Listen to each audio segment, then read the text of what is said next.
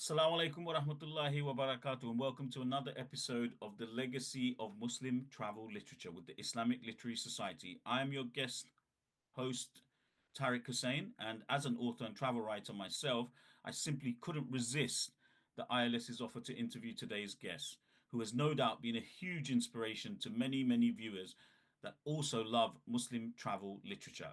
Currently residing in Abu Dhabi, our guest is an Arabist, traveler, writer, and lecturer who has called the capital of Yemen, Sana'a, his home for almost 30 years. His first book, Yemen Travels in Dictionary Land, won the 1998 Thomas Cook and Daily Telegraph Travel Book Award.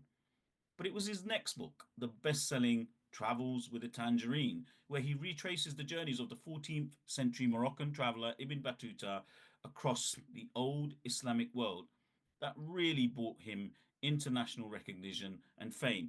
He has also edited Ibn Battuta's very own Rihla, or Travels, and along with the Hall of a Thousand Columns, where he revisits the scenes of Battuta's Indian adventures and landfalls on the edge of Islam, with Ibn Battuta tracing the Muslims' wanderings from Zanzibar to the Alhambra via China and Timbuktu, as well as a three-part BBC series in the footsteps of arguably the most travelled man in history. He is very much the Ibn Battuta expert.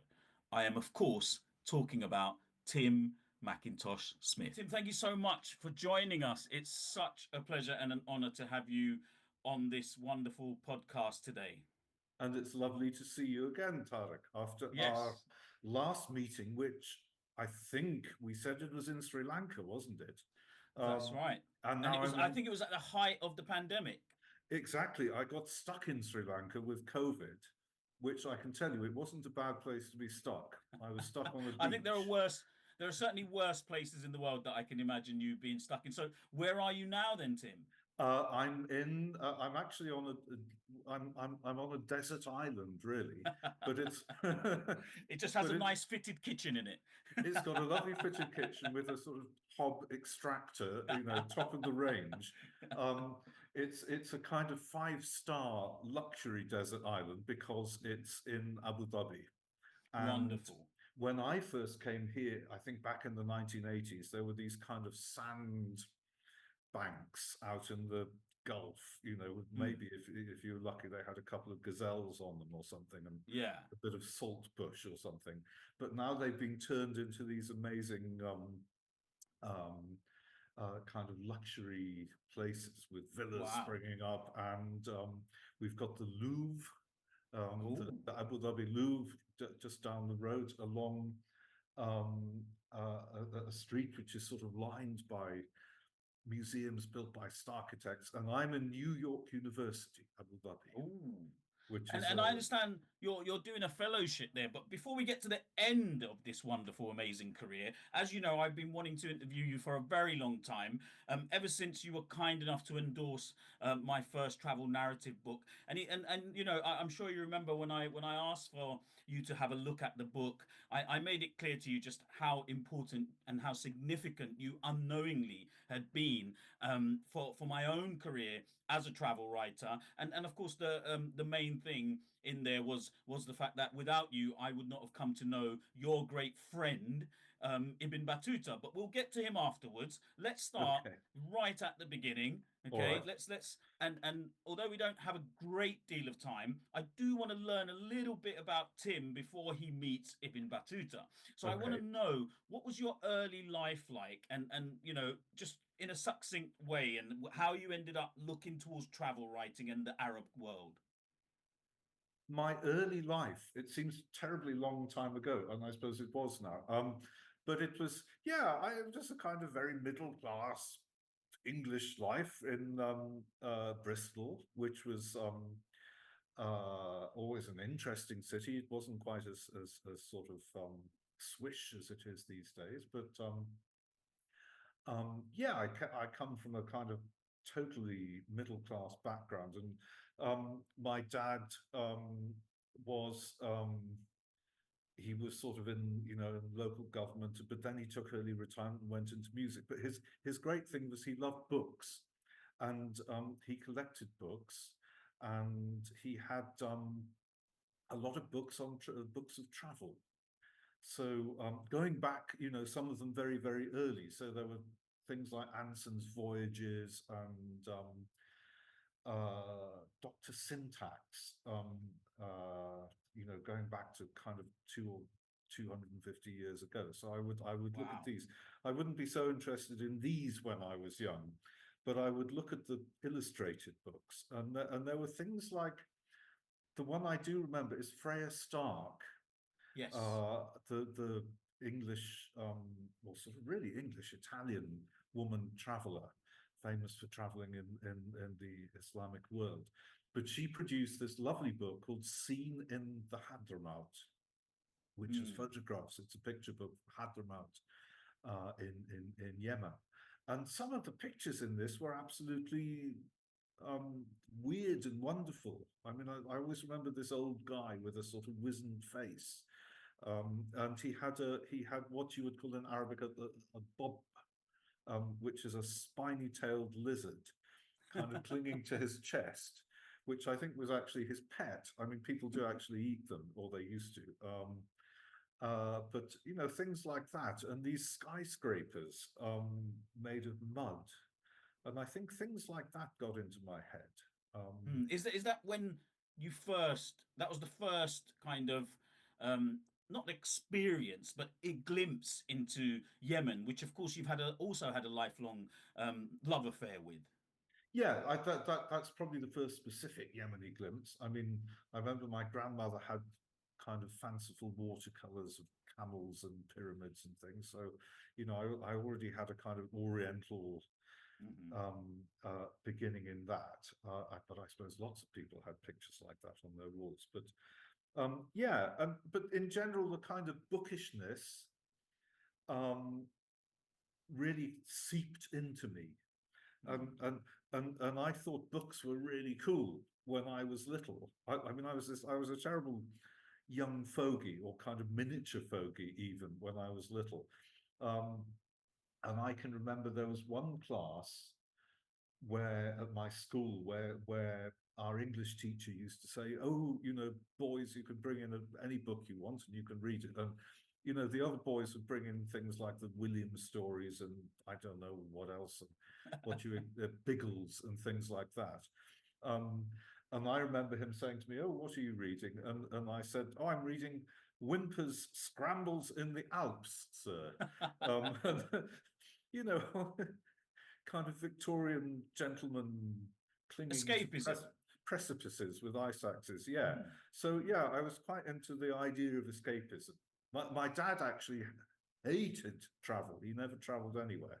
So But the he rest of was my he family, was maybe an armchair traveller he who was of course very much an you armchair. write for, Tim, and as I do when we write our narrative books. Yes. But when was the first time you left England? Can you remember that trip? Oh, very much so. I had an aunt, bless her soul, who was very much a traveling aunt, and she was wonderful. She was absolutely indefatigable, and she took me off around Europe at the age of 10 or 11 or something. How wonderful. And just thinking of how indefatigable, if that's the word, she was. I remember we ended up in Rome, at kind of just as the sun was coming up. I don't, God Mm, knows how we mm. got there, on a bus or something, or a long distance So train. you were still doing the Victorian Grand Tour, It essentially. was. It was a kind of miniature grand tour, and Now I was just that's sort of, not me having to go about your age here, Tim. Just so we can clear that up as no, well. I'm not 300 years old. I am in my 60s, Yeah. but I was like this sort of miniature grand tourist. I remember I had a little white jacket, and everyone used to kind of pat me on the head. Um, but we ended up in Rome, and my aunt Elsie, of blessed memory, she was a saint. We started wandering around and there was nobody around. I mean, maybe a couple of market people were just getting going, and we saw this big brass plate on a door, saying the English College. um, and she sort of said, "Oh, the English College. I wonder who lives here." and she went whack, whack, whack with the, with the door knocker. And these steps echoed from inside, and the door opened. And it turned out it was the Roman Catholic seminary for English Catholic priests. Wow. Um, and they sort of, whoever it was, said, "Oh, what can we do for you?" Um, and my aunt must have said, "I don't know, we're English." Anyway, we ended up staying with them. She was that kind of person, and she made friends with Father Tommy, I think he was, and they corresponded till till the year she died. How And she was wonderful. that sort of outgoing person. And it Um, seems like she would have been quite the influence on you. oh, very much so. One of my books is dedicated to her as the person who put me on the road with How Ibn wonderful. Battuta, really. Hmm. So, sorry, did you say that she put you on the road with to Ibn Battuta? How did that happen? Well, I mean, by taking me traveling, by taking me Yes, yes. abroad, and introducing me to unusual things, and Hmm. things like people of my generation. In those days, they've probably changed them, but they used to have like squat loos in on the continent. And the Absolutely, first yes. time maybe they still do. I don't know. I hardly ever go to Europe, but seeing one of these as a small child, um, it actually kind of enthralled me. I Oh, can this is imagine, different. yeah. It's really interesting.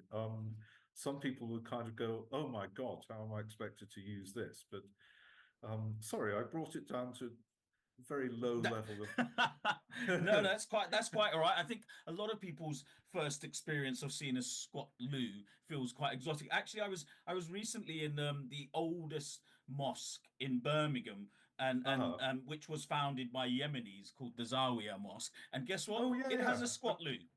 Good. All right. Yeah. My so house in so Yemen has they're squat keeping it loos real throughout. in that Yeah. respect. Yeah. Still has a squat loo, but that probably says more about the need to kind of upgrade generally at the mosque than it Oh, all does about right. anything else.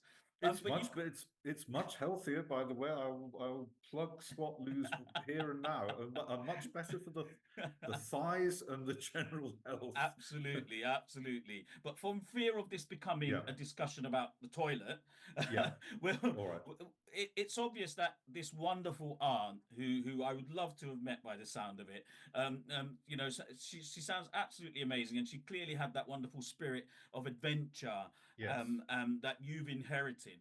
But you did also mention, of course, whilst she was a great partner on that journey, I mean, the person or the person that you seem to have spent a great deal of time traveling with Mm, was, of course, the amazing 13th century Moroccan traveler Ibn Battuta. Now, yes. I remember when I first read your books, how wonderful it was, firstly, to be able to Mm. access Battuta in that way. But I remember you describing in there how you first came across Ibn Battuta. Can you remind me again how that happened? Yeah. Are you thinking of the potatoes? Yeah.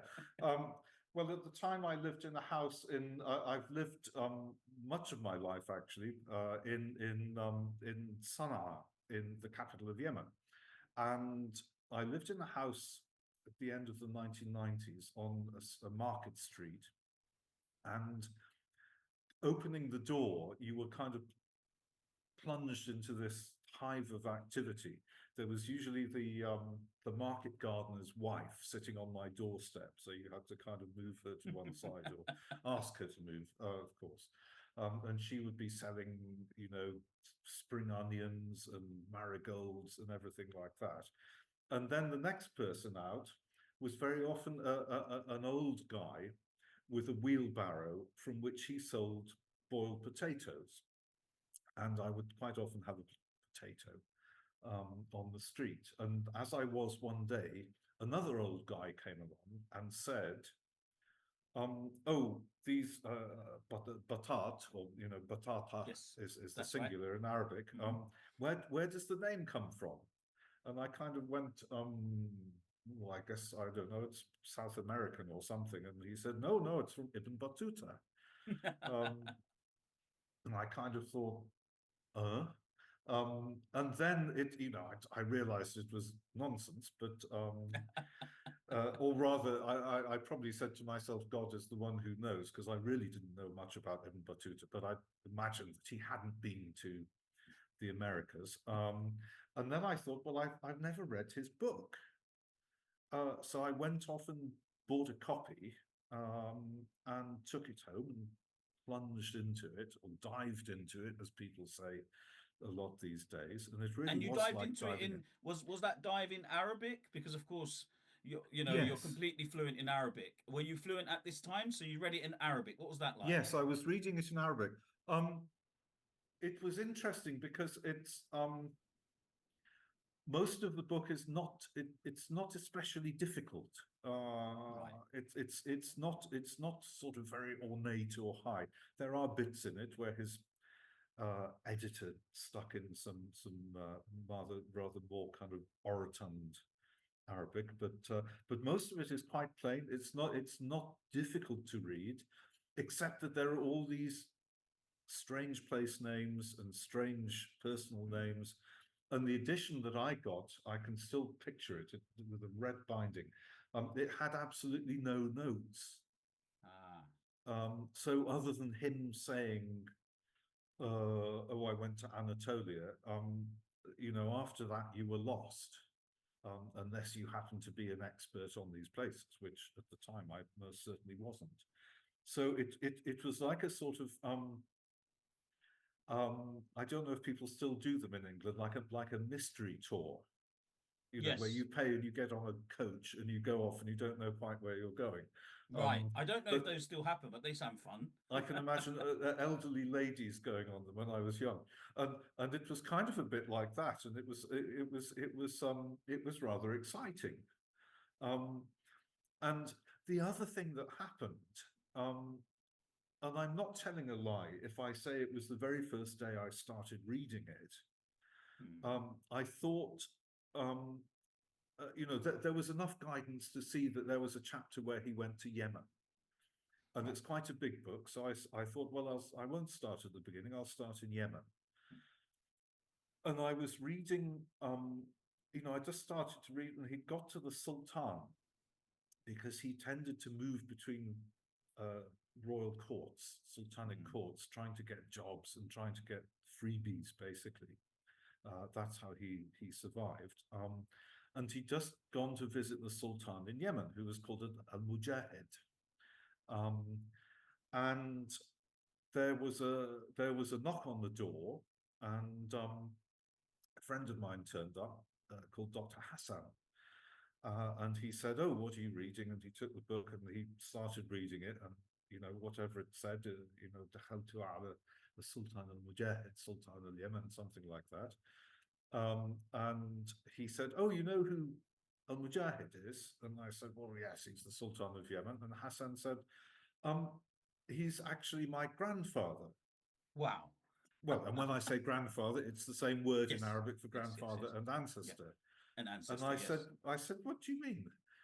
And he said, "Well, their family name is, they use another one today, but their original family name is Al Mujahid, and they're descended from this guy." Wow. And I said, "Oh, well, you're just making that up." And he said, "No." And eventually, next time I went to Hassan's house, he produced their family tree. And Wow. Hassan was, I think, the 26th or 27th descendant from this guy, direct Goodness male me. line.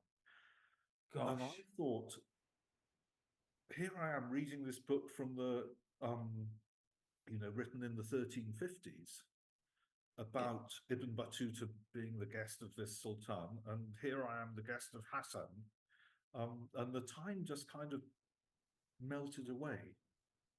And what I said in the book, and I've never thought of saying it in a better way, was that it was like standing on a cliff of time, where you could, you you know, do you ever have this strange feeling if you're in a railway station and an express train comes through Comes very flying fast? past. Yeah, Yeah. and you kind of think, if I wanted to, I could throw myself in front of it. I mean, of course, you don't. But there's that kind of funny thing. Maybe it's just me. Maybe I'm potty or No, it's like something. standing on the edge of a Yeah, precipice as well, and just thinking, you know, and that you have that awfully scary moment where you could do it. and that's exactly the kind of scary, exciting Mm, feeling that I got. But this was a cliff, not of space, but a cliff of time, mm. where you could actually jump off and you could land back in the 14th century. Yes, I remember vividly when we first spoke. You said, how envious you were that I had followed in the footsteps of Elia Chelebi. Not Mm, nowhere near to the extent that, of course, you eventually ended up following our 14th century friend Ibn Battuta around. But I remember the words that you said to me. You said, it's the closest, Tariq, to time travel. yeah. Oh, exactly. And people call our sort of books that we write, they tend to call them travel books. Mm, But I always say, no, well, all right, I happen to write about places, but I'm really writing about time, and so are you. mm, Um, absolutely. and it's because um, it's something like because you are traveling in the same uh, three dimensions, the Mm, three usual dimensions, you're kind of cancelling them out. And then you're left with that fourth dimension, which is time, that you are therefore concentrating on. I think it's something to do with that. With that, mm. I could put it better Mm. in writing, but And was it at that moment you decided I need to follow this man. I need to go and find yes, out what these places are that I don't know about, where these places are, what he did and why. yeah, it was it was roughly when I had finished writing my first book, which was about Yemen, and That's they were right, sort of travels in saying, dictionary land. "That's right, yes," and they were saying, "Oh, what are you going to do next?" And I was kind of going, "Oh, I hadn't really thought," and then, you know, and then I Then it thought, landed on well, your lap, it landed essentially. in my lap, or I kind of landed in it. And I thought, well, sorry, I thought I'll write a book. I'll go and follow Ibn Battuta. It's a bit, people have followed, done in the footsteps books before. It's a bit old hat, but this guy, nobody's ever done. No. And he's kind of the daddy of them all. He wrote the biggest travel book ever, just about. And traveled the most ever as well. I think most of our viewers may or may not be aware that he covered something like 3 times the distance of the most famous traveler of antiquity, Marco Polo. That's it. Yeah. I'm not sure it was three times, but it's definitely a lot more. Yes, Maybe it was double considerably or more. something. I mean, Um, some of it we're not even sure if it's bona fide in terms of did he well, actually go there. So that probably adds to muddies the that water a little bit. that's it exactly. But I think you can safely say that Ibn Battuta was the furthest travelled single human that we know about um, before the age of steam. Mm, Because if you add it all together, it comes to I can't remember exactly what, but something like 75,000 miles, good Lord. 130,000 kilometers, something like that. Wow. Um, so, even if you had sailed around the world, you wouldn't have gone as far as he did with all the Mm, kinks and the meanderings. mm. So And yeah, I blithely said, "Oh, I'll write follow him and write a book about it." absolutely. And the other thing, of course, that made this so groundbreaking from where I'm sitting as a Muslim reader and a Muslim author is that I don't know of any other Western writer who's writing in the English language that had followed in the footsteps of such a traveler, a Muslim traveler like this. No, I mean, people had done bits, Hmm. and oh, I can't remember. Oh, think of your sources. No, I can't remember. But like there's a very good book on Ibn Battuta in sub-Saharan Africa, Right. quite a small one, but very very interesting. Um, But not Somebody on had this done grand scale. no, it's the scale, and obviously Hmm. with Ibn Battuta, it's the scale and it's the kind of panoptic, panoramic view. Mm. that you get, and that's what I realized I wanted as well. And so But you thought through you the started. detail. Yes, and so if I remember in Travels with the Tangerine, the Hall of a Thousand Columns, it starts with you kind of performing a kind of ziyara almost by going to see his tomb, right? Is Yeah. if I remember correctly. But then, where is apart from Morocco, where is the first place that you decide to go and follow it? Because of course you weren't able to cover all of the places No. that he went to. No. No. No. And I re why is I the other re question. Where did you go and why did you choose those All particular? right. Yeah. I realized I set out to write a book. In fact, even with the bits I missed out, it turned into 3 books. Yes. So, but no, partly I was a bit craven, a bit cowardly, because there was still, I think at that time there was still a war going on in Algeria, a civil war, sad to say. Um, so I thought, well, I'll leave Algeria out, sadly. And the places where he kind of goes through quite quickly and doesn't say much of huge Yes. interest, I thought I could safely miss out. Mm.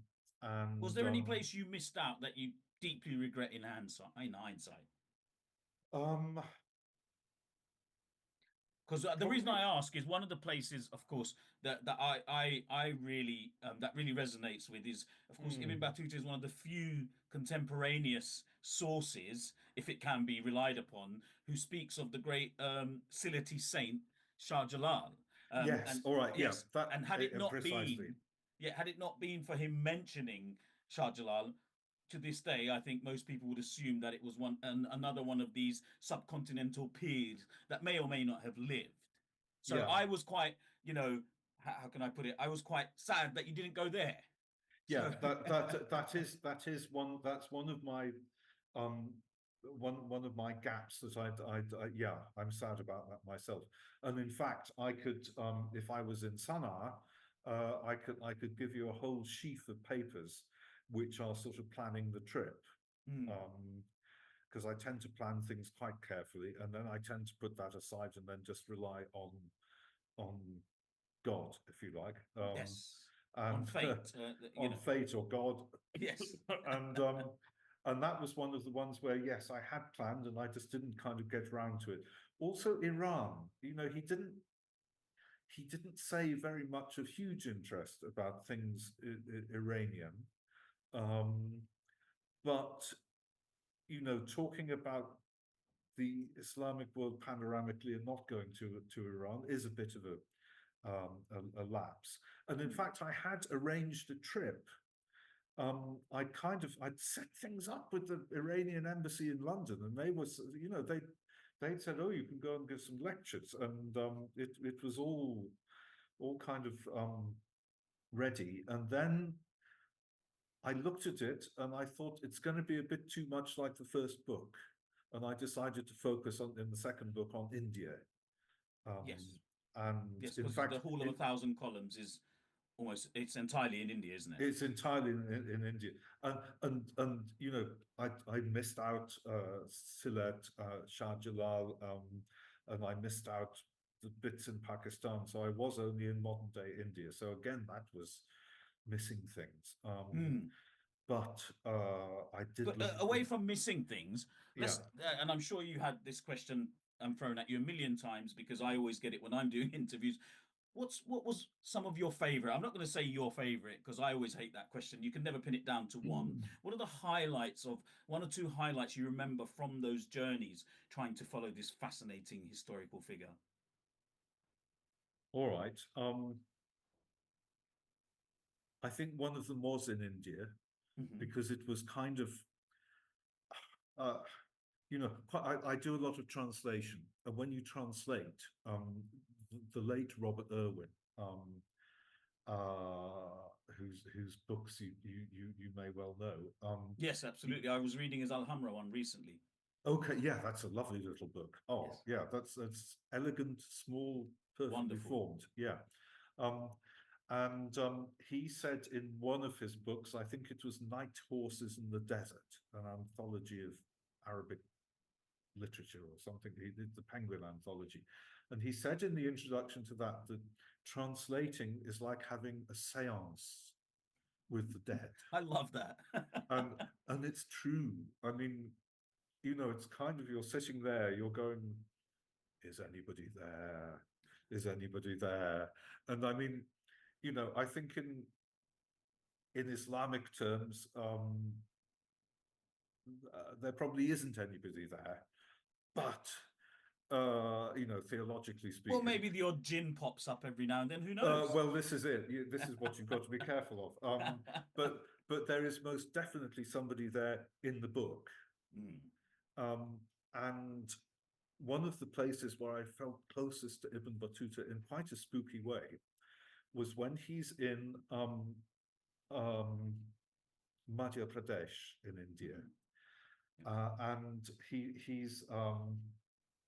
he goes to a place called Dar, which is still quite a thriving city. It's a bit on the edge of the wilds, and then he goes off into the kind of wilder part, and he lights upon a sati ceremony. In Hindu belief, when That's right. That's right. um, When the widow throws herself onto the pyre of the deceased husband in order to set exactly, herself free. That's what the yeah, word and means, to set yourself free. yeah, and I think the idea is that the Hindus believe that the woman would be conjoined with That's right.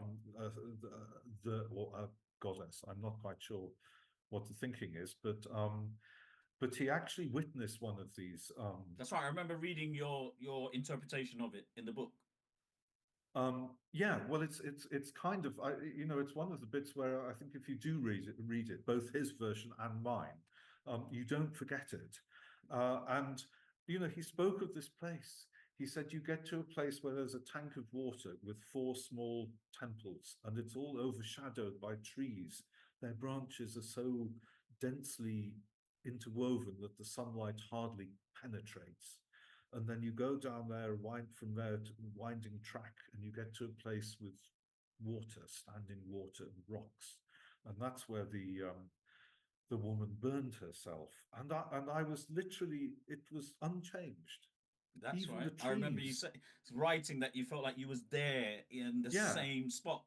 the trees were the same trees. They were older than Ibn Battuta's time, and even when I kind of followed him like a guidebook, and at the place where the funeral pyre had been laid or built, there was actually some blackening on a big boulder.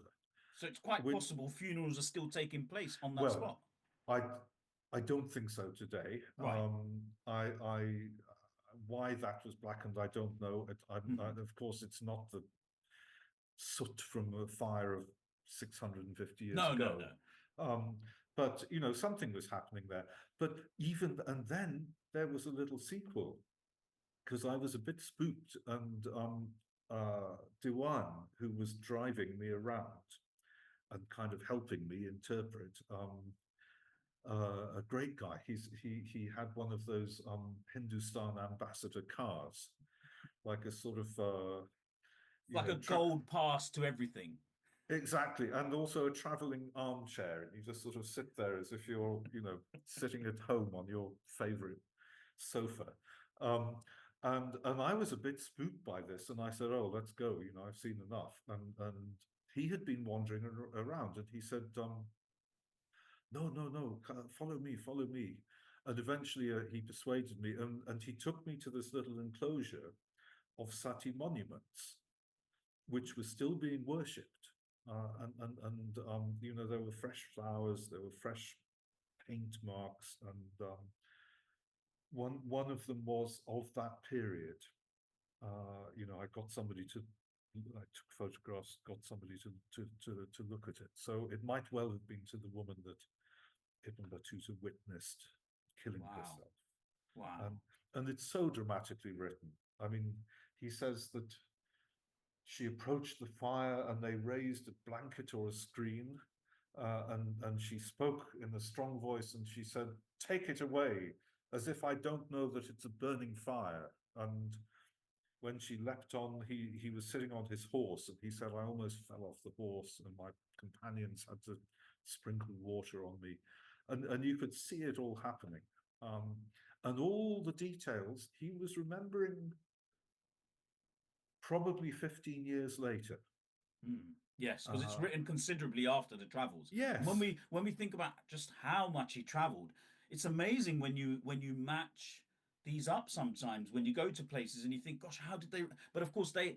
I think in those kind of travelers and those individuals back then also had phenomenal memory as well compared to us now. yes, exactly. And it was partly the way people studied, and it was what we were talking about with Abdul Hay just before you came in. We were talking about Mauritania and Mauritanian scholars and their amazing memories, and Mm. it's because of pre having everything on phones and laptops and everything.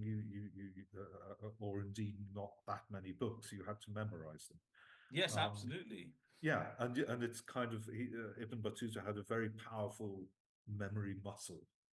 I mean, there's an inscription from the Great Mosque in Mali in the Maldives, which he remembered verbatim.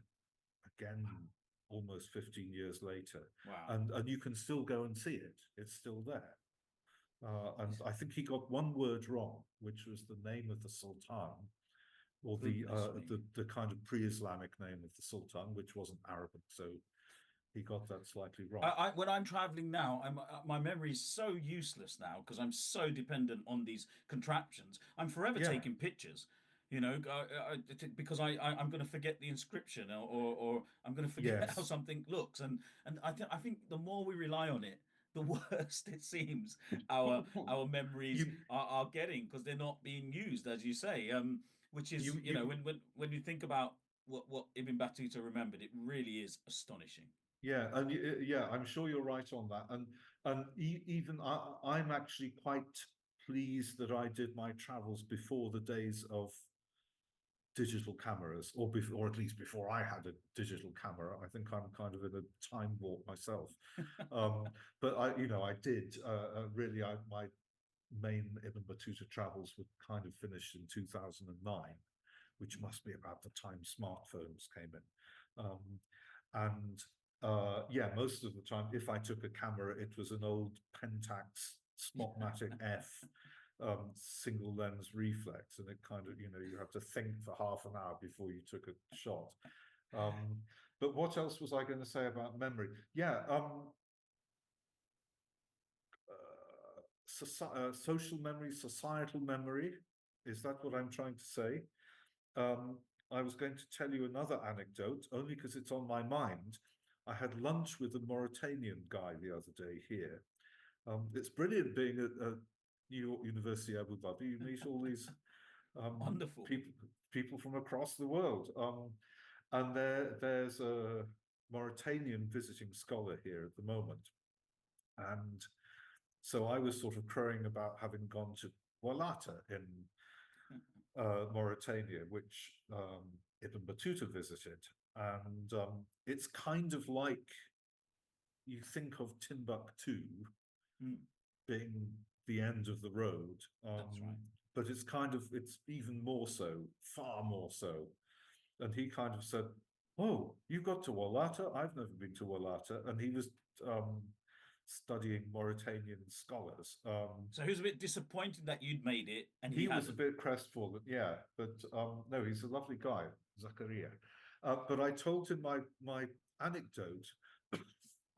Sorry, I gave a talk in Bahrain on Friday in the open air, and would you believe it? In Bahrain, it was freezing. Oh gosh. Well, no, not literally freezing, but it was so cold. It's given me a cough. But no, I told him this. Well, to cut a long story short, I arrived in Walata, yawning Sahara Desert around you, and in front of you, nothing for the next thousands of Wow. miles. And there's this sort of mud city with coloured houses, and they said, "Oh, you're interested in history." They took me to the sort of the main scholar, who lived in this again a sort of mud fort on a hillock, and we went up and up and up and through these maze-like things, and we got to his bedroom, and he was in bed. This was quite late morning, um, and there he was, asleep, and they kind of prodded him awake, and I was going, no, and he looked at me, and I said, oh, I'm very sorry to wake you. And he said, what brings you here?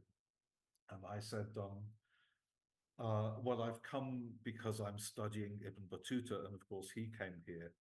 And he kind of sprang up, um, and looked at me. He was, I don't know, 70s or 80s, but he kind of sprang up with great agility, looked me straight in the eye, and said, Ibn Battuta, Ibn Battuta, lam ya'ti ila huna, lam ya'ti abadan. He didn't come here. He never came here. And So I he's not convinced by that particular entry. well, I said, well, I'm very sorry, sir. It's here in his book. And he said, no, don't believe a word of it. And anyway, we talked about other things, and he had all these chests full of manuscripts, and it really was an amazing place. But I felt thoroughly crestfallen because they just had a coup, so it was quite difficult and a bit dangerous traveling around. And I'd gone all the way to one of the most difficult places to get to, in the Sahara Desert, to find that Ibn Battuta hadn't come Hadn't there, actually got. um, from the horse's mouth. Um, but then, yeah, again, it's a long story. To cut it short, I got to know another scholar, and the first guy was he was a Sayyid, a Sharif, Yes. um, and the second guy was of a different group of scholars. I think they called them Tulba, like Talibs. He was Yes. and he was like a sort of tribal scholar, um, but kind of more ethnically native to the area. And I said, oh, I've suffered this terrible disappointment, come here to find that. And he said, oh, who told you that? Was it a Sayyid, whoever it was? I won't say his name. And I said, yes. And he burst out laughing. And he said, Ibn Battuta comes here and he visits the Qadi, the judge of the place, Yeah. and he goes in and he says he had a young and very beautiful woman sitting with him in his house. And Ibn Battuta, of course, being a gentleman, he sort of said, oh, I'm sorry, I didn't realize you had your wife with you. And the Qadi said, my wife? She's not my wife. She's my sadiqa, my female friend. I mean, it kind of sounds like girlfriend in Arabic. And Ibn Battuta said, oh, you are sitting here with a sadiqa and you are the Qadi. This is, it's aib and it's This is an haram and outrage. everything else. You ought to know better than this. And he wrote this, and that family, this guy that I met was from that same family. And, and they are still angry about Ibn Battuta 660 years on, it would have been when I was there. That's holding a grudge, isn't it? It's holding a grudge over 2/3 of a millennium. That's a wonderful story. Now, I could talk to you about Ibn Battuta all day long, but I don't think it would be fair on the Ditto. listeners and the Yes. viewers. So, one of the things I did want to ask you, because most recently I've also decided to try and follow in the footsteps of another Arab traveler, Mm. who I mentioned to you in my email, and that, of course, is the great Ibn Jubair, Oh, who, yes. who also Whoa. covered a great deal of ground, not nowhere Yeah. near as much as Ibn Battuta. And the reason I found myself wandering around trying to piece together the journey of this particular individual is because I went to Sicily. So, Ah, yeah. again, it's just absolutely phenomenal to have these accounts, especially for me Yes. when I'm looking at Europe, to have Muslims recalling what Europe was like for them, especially Yes. in parts that were, well, when Ibn Jubair was in Sicily, it had just stopped being Muslims, and the the Arab Yes. Normans had taken over. So although it wasn't Muslim, it felt very Arab still. Now, Oh, you've yeah. looked into you've looked into a host of Arab travelers. So can you tell us a bit about some of the Arab travelers and why they were famous, and some interesting maybe anecdotes about their lives, if you're aware? Yeah. Well, I mean, Ibn Jubair is I was going to say he's quite a good person to start with, but you can actually start a lot earlier. I'll come back to Ibn Jubair Sure. because I think if you're following Ibn Jubair or even following him in a book by reading him, you're having a great treat Absolutely. because his not only are his travels fascinating, but his language is absolutely beautiful. He is the master. I mean, I said Ibn Battuta is quite kind of plain.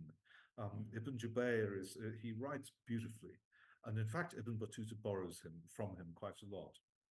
Um, so Ibn Jubair belongs to a very old literary tradition, um, but it's not kind of like a straight line. I would say if you go back to the beginning of Arabic travel, you've got to go back to pre-Islamic poetry, and you have in the Qasida, the classical ode, if you like, the long poem. Um, it has different sections, but one of the most important ones is called in Arabic Rahil, Rahil, Which is which connected to Rihla, I imagine. which yeah, it's cognate with Rihla exactly. So you might start by addressing the traces of the beloved's campsite, um, and then you will get on your camel or your horse or whatever, and you'll go off and you'll describe a bit of the journey. And of course, it's all done quite sketchily and poetically. It won't be many lines, but that's really, it's a kind of, for me, that's the beginning of travel literature. Mm. And And of course, when we consider that the pre-Islamic Arab and even the Islamic Arabs, they were wandering people. They were traveling all the time. It was in yeah, their blood. they were traveling all the time. And if you go to, well, if you go to the Quran, which is, I mean, after all, as well as being the holy book, it's the first Arabic book that was actually a book. Um, there are, I think, I once counted 6 or 7 times. It's telling you to go around the earth and look. You Mm. know, do they not go around the earth and see what became of those who were there before them? So you look at places and you learn from the past, and you take ibar, you take admonishment, warnings from what happened to people. So So it's about traveling physically, but it's also asking you to travel looking back in time and history and learning oh from the yes, lessons of, yeah, yeah, exactly, which is yes. essentially what both of us tried to do with our writing anyway. E- exactly, and this is rooted very, very strongly in the Quran. And obviously, any religion that has at its core a pilgrimage, um, Yes, you, you the know, it's ultimate journey. it's going to be about journeying, isn't it? Mm, Yeah, mm. and I mean, I said somewhere that Christians break bread together in the Eucharist, Muslims travel together. And it's an important thing to remember. I mean, of course, other people go on pilgrimages, but in Islam, it's so central. Um, and and really, when you get into the beginning of more kind of standard travel books, you find this at the heart of them. I was very lucky. The first book that I translated for the Library of Arabic Literature is probably the oldest Arabic travel book, Mhm, and it's called Accounts of China and India. mhm, And it's got two parts. The first part is kind of anonymous, different informants. The second part, somebody called Abu Zaid, a Sirafi collected. But right from the first sentence, the first pages are missing, and you mm. start in mid-sentence, and it starts something like, and it rises up from the water like a sail, and it kind of gradually reveals itself to be a whale. Oh gosh, So you can it's see some it in your head, can't you? you can see it What a on your head, wonderful analogy.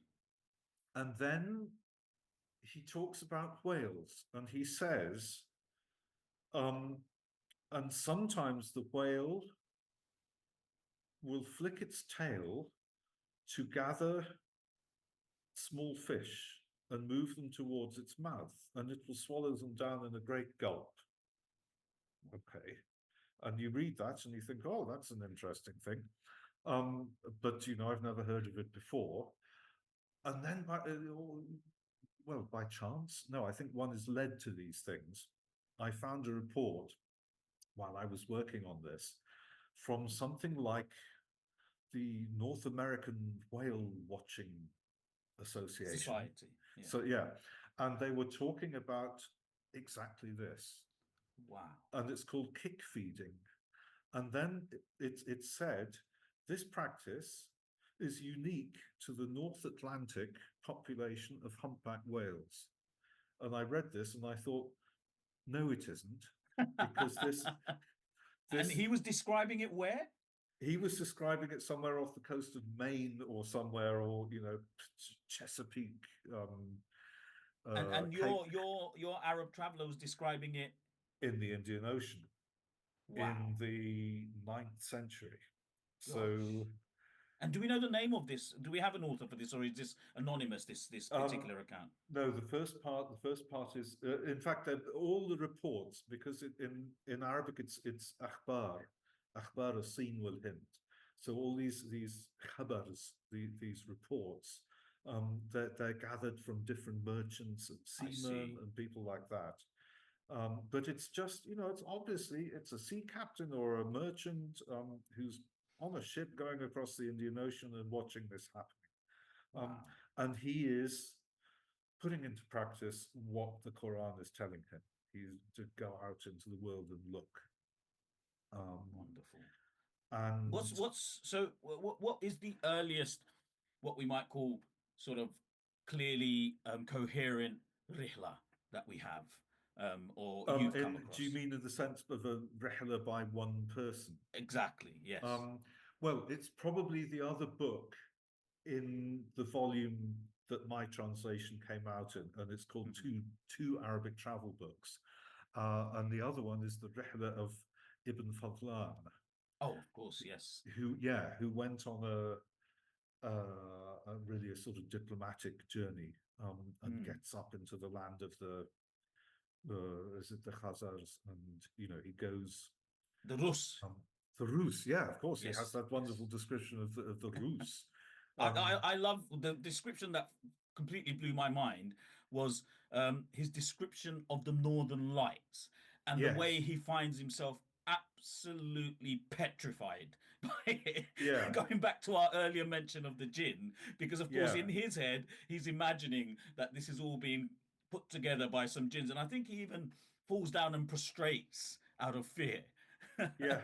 Um, well, perhaps he's right. No, we what is it, electromagnetic or something? Well, Indeed. perhaps the jinn, work by electromagnetism. Um, but no, these encounters with places north are always interesting. Mm. Um, who is it? I can't remember who it is. It might be in Al-Idrisi, who's Yes, another of these people who was absolutely. in Sicily, of course, and Mhm. worked for the Normans. And of course, he was Is commissioned to write this Yeah, yeah, great book of geography. And then you have people like Ibn Hawkal, who was the Fatimid spy, that yeah. came across. That's And right. I also mentioned him. What's the other one who wrote that wonderful medieval book of Ziyara? Did you come across him? Al-Harawi. Yes, Al-Harawi Uh, became very important for me when I was yeah, in Malta. So yeah, yeah. Al-Isharat ila Ma'rifat al-Ziyarat. yes, I will not It's a try and lovely repeat book. that, Tim, because you're far more fluent at this than me. But that's exactly the one. No, Yeah, that is a lovely book, and it's it got it's is. got sort of it's got interesting nuggets in it that you don't find, or I haven't found elsewhere. There's one, for example, about when the Prophet Muhammad, peace and blessings upon him, when he Yes. destroyed the idols in the Kaaba, Hmm. in that book it says that he left. There was a picture of Mary and Jesus, Maryam, that's right. Maryam Yes, and I Isa on recall the that. wall, and he Hmm. left it there. Yes, he And didn't of damage course, it. he didn't damage it. And of course, sadly, it would have been destroyed when the Umayyads were fighting against Ibn Zubayr, Hmm. when the Hmm. Kaaba was damaged. Yes. Um, but things like that, I mean, Oh, yeah, he was brilliant for me, Tim, because of course, as you know, whilst we have the eradication of Muslim heritage having taken place sadly across the globe, it happened yeah, most obviously and most tragically in the Western Hemisphere as Christianity became dominant. And so, yeah, he was taking me to places of ziyarah just simply don't exist anymore. yeah, To he tells me this wonderful description of the tomb of a niece of the Prophet sallallahu alaihi wasallam in yeah. Sicily. And I didn't even I'd attempt to forgotten try and that. find it in the town of he calls it Atrabush, which is Trapani. I didn't even try and find Ah, it because there was absolutely no chance. But and then he tells us about these other wonderful places of ziyarah across what was then, of course, just a part of the Islamic world. yeah, It wasn't the Dar al Harb at the time. yeah, It was the other one. It was part of our world, so to speak, as Muslims, and so he really does, really offer me a glimpse into a completely lost world in some yes. places. I found that with Ibn Battuta in Sri Lanka, going up Adam's Peak, Yes. which for him is dotted with little mazarat, shrines, Mm. places of visitation, with Islamic connections, and now it's completely kind of Buddhicized, if that's the word. And Um, is it just Buddhicized or is it Hinduism as well mixed? I haven't been. That's why I'm asking. I think I would say it's pretty heavily um, Buddhist. Buddhist, yeah. Okay. Are there Hindu? I mean, all the major religions that have anything to do with Sri Lanka have a kind of stake there, if you Mm, know what I mean. mm, mm. But to look at, it's very much a Buddhist place of visitation. But then I found that there's a place in the jungle south of Balangoda, in the south, not that far from Adams Peak, which is a place of visitation when Sri Lankan Muslims go in mid Sha'ban. And Mm. supposedly it's called Daftar, I don't know why it's called Daftar, but it's called Daftar Jailani. And it's Right. supposedly a place where Abdul Qadir al Jailani Gilani. spent 10 years meditating. Um, I did not and know that. it is the most extraordinary place, and it's kind of almost as if the devotion had moved there. So things are not necessarily lost. Right. How But wonderful. no, I was going to say, I was trying to remember if it's in Idrisi, where there's a description of, you know, things like descriptions of Britain are quite interesting. Yes. And Yes. there's somebody who says, and it might be Idrisi, that in Britain they eat the flesh of squirrels, if I remember rightly. And then he said, and they drink a sour drink which is Yeah. made from barley and which makes them Which of course is beer. inebriated, which is beer. And you think, yeah, he got it right, beer I, drinking. I think his map it just shows like a bit of the Midlands. His map is it's a very small depiction, but give it for its time, it's there, and the places that he names really do Oh exist. yeah, he's got Shoreham, Yes. Londres, of course, London Yep. in the French version. He's even got. I was very pleased with this because our old family house was not far away. He's even got a place that I think he calls Reims. Reims, Yes. And what Rim, is that? Grimsby, Grimsby. Oh, Grimsby. Oh wow. How wonderful. I was so proud when I discovered Grimsby in a 12th century Arabic geography.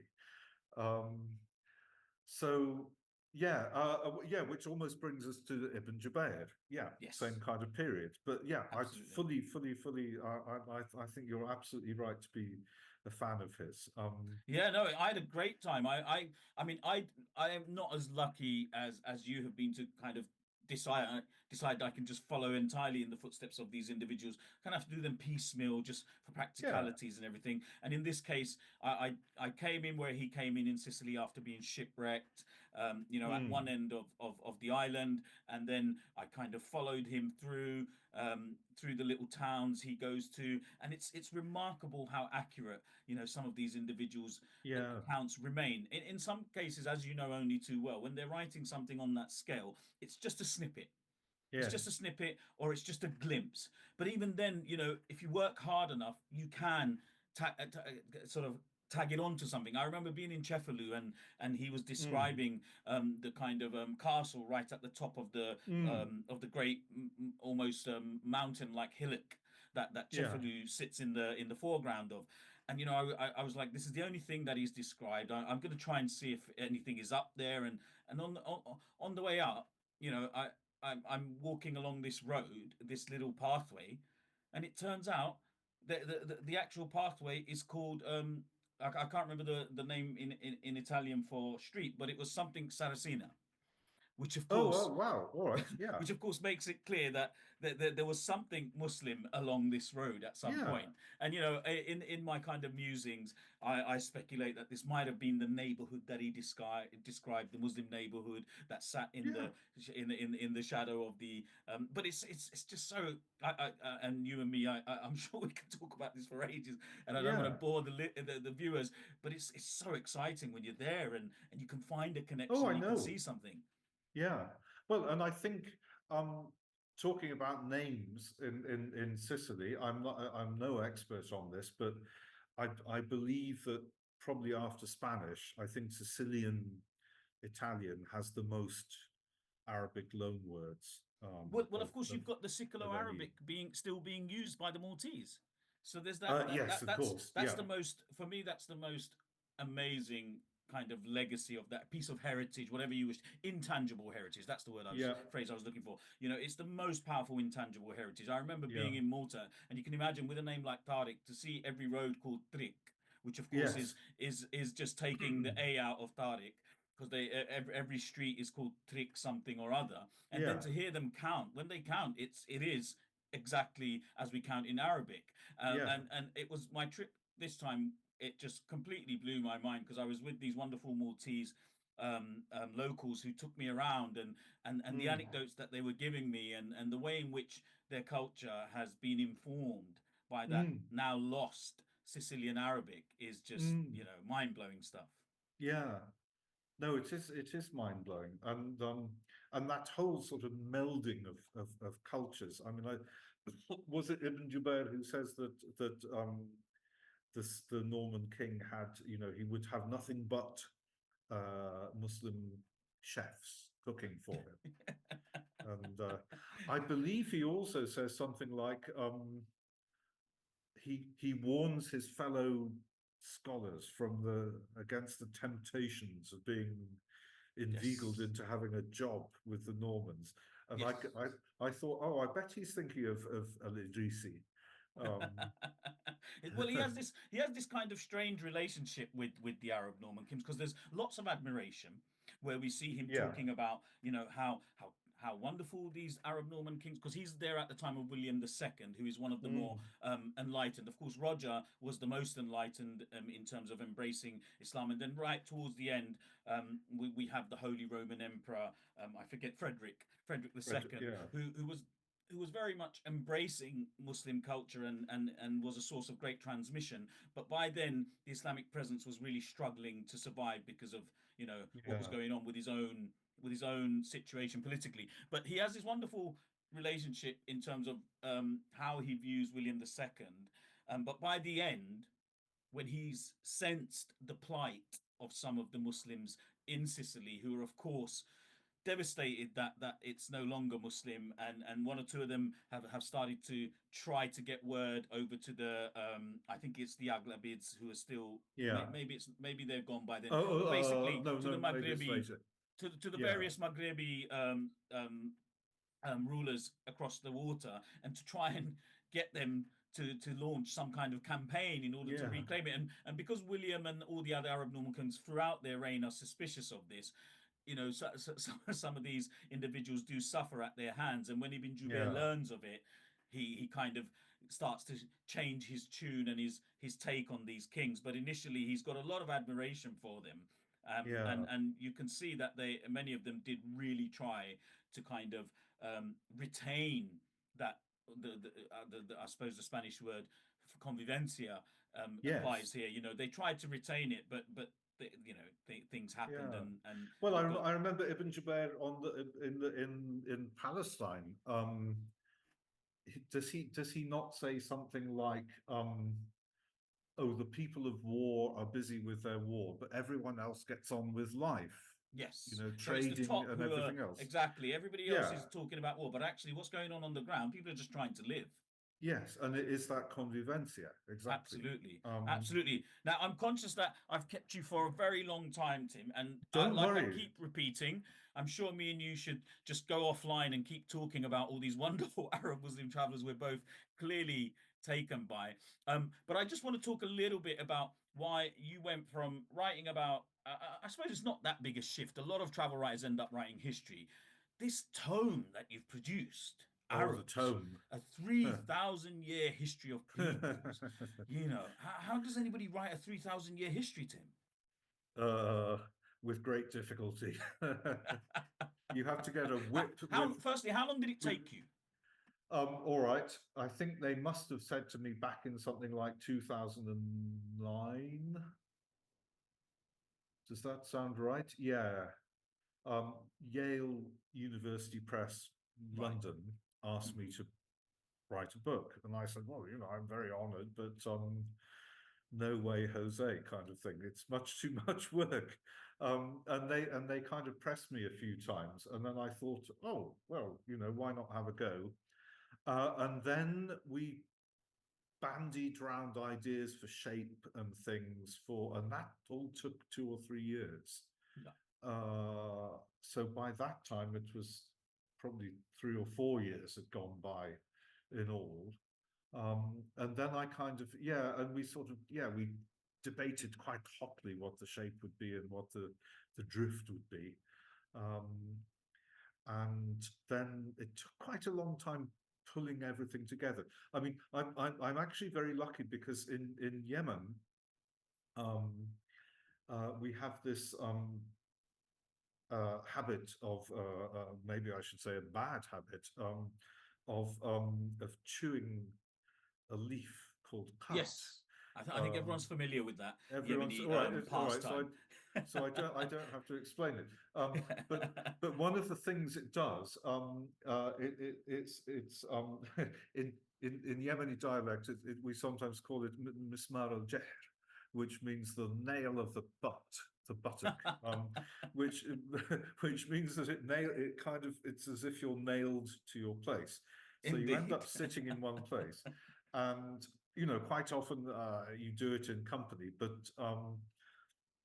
maybe I would chew cut in company 1 day or 2 days a week. The other days I would chew on my own and read. Interesting. So I got all the great And you're still classics. able to read? I mean, it was Kevin Rushby that No. introduced me to it. Oh, all right, in, all in right. So in terms of through his book, I'm saying Oh I've well, never yeah. tried I it, mean, but when I read his book, it didn't seem like you were able. I don't know. Does it affect you differently? Were you able to read? oh, yeah, one is most certainly able to read. Right. And it depends partly on what sort of cut you have, and you get to know what does the Sure. job. But it's very much a stimulant. And since this is the Islamic Literary Society, I'd better say that in Islamic terms, Yemeni scholars have always regarded it as licit, as Right. halal, Impermissible. as permissible. Oh, permissible. Oh, very much so. Yeah, Ah, I see. because it doesn't affect the thinking, and it doesn't even affect your ability to pray Right. do the other things that you need to do. Hmm. Hmm. Um, Other scholars in different traditions have thought otherwise, but Yemenis and others have accepted it. So how did it help you Um, write this book? yeah, well, basically, I read things like, Al-Mas'udi's big history, and I don't know, Nafhatib, the great book on Islamic Spain, and um, Lisanuddin's history of Granada, and a lot of At-Tabari, and a lot of the big dictionaries, even, Mm. um, while sitting there and chewing cud. Mm. So And there wasn't much travel involved for this one at all. Did you go to anywhere apart uh, from for scholarly reasons? Obviously, no. Um, no, I didn't. But my all my travels with Ibn Battuta, my other travels, greatly informed the book. Yeah, yeah. Um, but this massive reading, and I would never just sit and read. I would always take notes. So I had sheaves of notes, which I could use and put into the history. So really, that big tome of mine is the fruit of all that reading. Of a lifetime, really. Yeah, I mean, I would say it was the fruit of 25 years of reading up to when I started it, yeah. And of course, Mm. I carried on reading while I was writing the book. Mm. And did you So, enjoy it, Tim? oh no, I hate every moment of writing. It's the pain, suffering, unending. I love having written a book, but actually, well, what? How do you feel? Do you I, actually enjoy writing? I have phases that I really enjoy. Because we all have different processes. So when I'm first writing it, and essentially I just go through this process of all the notes I've made, all the different ways in which I've Mm, created those notes, and in this day and age, be that digital as well. As I'm writing that can be quite a tough process, but I yeah, just I just let myself just write whatever it is, and it's not very good at that stage, but I do enjoy the shaping, and then knitting things together and connecting the dots and creating a particularly beautiful kind of perspective. yes, I would agree. It's not so The much sculpting is the phrase it, I'm looking for. The it's the sculpting I final enjoy. stages of the sculpting. Yes. Mm, mm, No, I would agree. mm, It's mm. not altogether. So if you Um, hate writing, are we to believe that there isn't something simmering away on the stove there for us to read in the future, near future? um, well, in the future, I'm not sure, but at the moment, well, I've got a couple of things that are very much simmering away. Wonderful. A Are book you on allowed to tell us anything? um, Kind of, I feel like I it, put you on the spot there, Tim. I hope no, I don't get you in no, trouble with your publishers. it sounds very superstitious, but I kind of don't like jinxing things. Right. So, but to say one of them is about a place, a Wonderful. small but very highly connected place across Hmm. place and time, Hmm. and the other is something that I'm just beginning to cook up at the moment, which is about a family Hmm. who live not a million miles from here, um, um, in well, actually in Oman, um, Right. who, who have a long and absolutely fascinating history, and I'm just thinking that they would be wonderful to write about. Wonderful. And both So of these, when might we see them? Do you have a timeline yet? how long's a piece of string? How long's a timeline? Um, Timelines are infinite, I think. Well, I don't know. So you don't have an Timelines, editor no, constantly timelines are badgering not you. infinite. Uh, I'm kind of in. I'm running away from one, and the other is too much in its beginning. But at the moment, I'm working on a edition translation, which Right. is actually Ibn Khaldun. It's his autobiography, Oh wow. um, which actually he calls a Tarif Ibn Khaldun, the uh, getting to know Ibn Khaldun, if you like.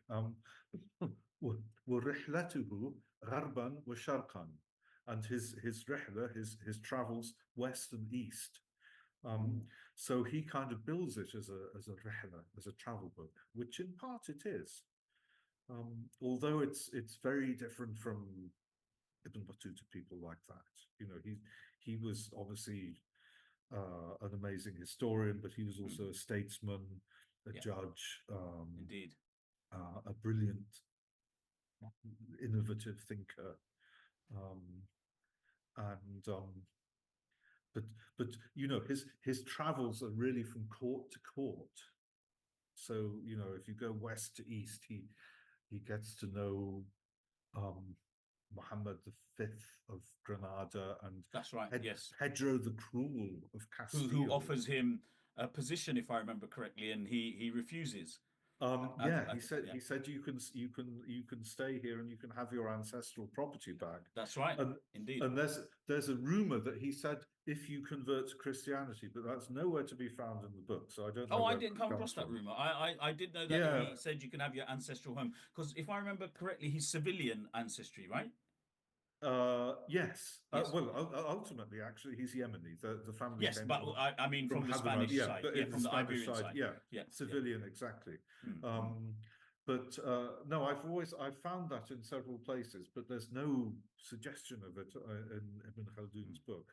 So mm, yeah, Pedro, Muhammad of Granada, Abu Anan in Morocco, mm, mm, the Hafsid sultans of Tunis, Sultan Barkuk in Egypt, one of the great Mamluk sultans, mhm. and of course Tamerlane. He Yes. gets he meets the great historian in Arabic meets one of the great and terrifying figures Yes. of history. I mean, in my talk the other day, I said it would be if you imagine, I don't know, think of somebody, a historian, A.J.P. Taylor or someone meeting Hitler and spending 2 months with Hitler and writing a portrait of him. It's it's really quite exciting.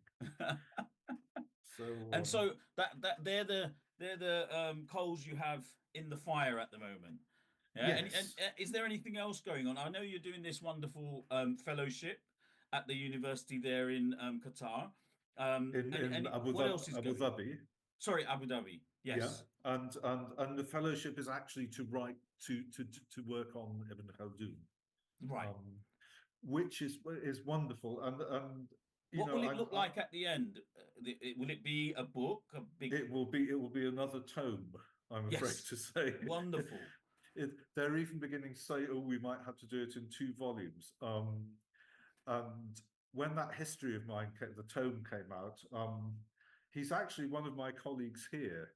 I sent him a copy, or he got hold of a copy, and he said, um, he's Russian Armenian. He said, Tim, this is your monster piece. Um, so I'm writing another monster piece, and So when we all look back on this wonderful literary career, is it this one that's going to be your magnum opus? Which one is it going to be, or is it going to be no. that collection of Batuta stuff? Oh, that's a good question. What would you like it to be? That's a very, very good question.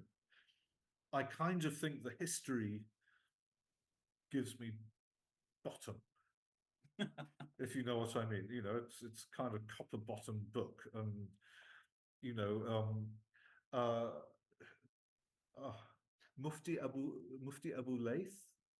Have you Hmm. come across him? No, He's oh, I'm not sure where he's based. I think he's based in Birmingham, but he does these right. kind of Yes. video book Yeah. reviews. Indeed. Yes. Yes. I have. Now you He's the mention him. kind Yeah. of Yeah. Yeah. really hip mufti with, he looks like a kind of, and he is, he's a really hip guy. Yeah. I would love to meet him. And he did a review of my history, and he said, oh, look at this, it looks, 3,000 years of history. Oh, how boring does that sound? But then when you open it, it's fascinating. So my heart sank, and then it rose. But he said something like, oh, it looks almost like a kind of holy book, the way it's big and Mm. gold bits on Presented. it. And yeah, and so in a sense, yeah, legacy. If I drop dead tonight, Um, Let's hope that doesn't happen, Tim. Especially not while we're recording. Everything is in the hands of God, Well, of as course, absolutely, we both know. absolutely. And but whenever I drop dead, or peter out, or whatever I do, which would I like my legacy work to be? I don't know. I mean, the Ibn Battuta books are, For me, that's what it'll be. yeah, maybe. But you Well, know thank that you for saying because that. Yeah, that's where we met. Obviously, I didn't yeah. literally meet you. It was in a Algeria. I think they call it Algeria Jeddah bookstore. That's where I first met you on a bookshelf in Jeddah when I lived out there.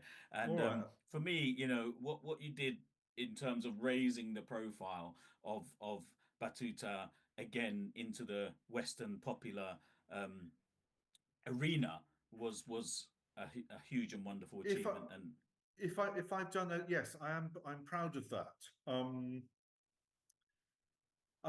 Yeah, I'm proud of that. The books themselves, they're kind of, well, on purpose. They're quite lightweight, and mm, there's they lots of have to be serious stuff in accessible. them, They have to be but accessible. they are very accessible. Mm, Um, but they're kind of they're a bit what you would call picaresque. Um, and somebody like somebody else that the Library of Arabic Literature has done, a much later travel writer, Ahmed Faris Shidyaq, um, and they called their translation leg over leg.